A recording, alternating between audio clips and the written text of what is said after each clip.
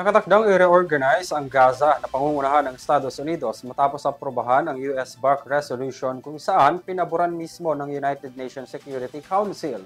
Sa naturang resolusyon, lilinisin ang Gaza para sa Transitional Board of Peace at hindi maaaring manghimasok ang grupo ng mga Hamas. Tunghayan ang balitang abroad ni Son Santiago. Inaprubahan ng United Nations Security Council ang US drafted resolution na nagbibigay ng lehitimong pagrekognisa sa ilang bahagi ng 20-point peace plan para sa Gaza.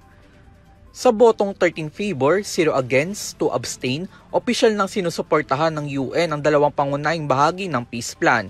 Una, ang pagbuo ng isang Transitional Board of Peace na pamumunuan ng isang international entity na iti-chair mismo ni US President Donald Trump.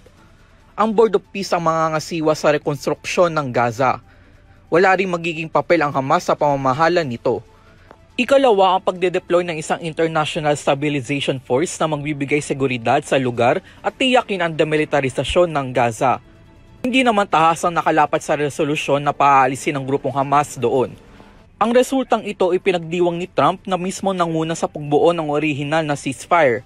Tinawag niya itong isang historic moment at sinabi rin na mas marami pang anunsyo na magaganap sa mga susunod na linggo. Malugod din na tinatanggap ng Palestinian Authority na nagpahayag ng kanilang kooperasyon para sa transition process. Suportado rin ito ng Israel, ngunit mismo ang kanilang Prime Minister na si Benjamin Netanyahu iginiit pa rin na dapat nang magdisarma ang Hamas.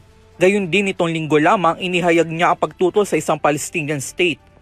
Ang Hamas naman tinutulan din ang ilang bahagi ng resolusyon at muling nilinaw na hindi sila magdidisarma. Sinabi kasi nila na ang plano ay hindi tinutugunan ng political at humanitarian rights ng mga Palestino. Tinawag pa nila itong isang uri ng international guardianship mechanism. Sa ngayon, bagamat lehitimo na ang roadmap, nananatili pa rin katanungan sa publiko kung paano tiyak na maisa sa katuparan ang nasabing resolusyon. Para sa EuroTV News, ako si Son Santiago, sumasaludo sa bawat Pilipino.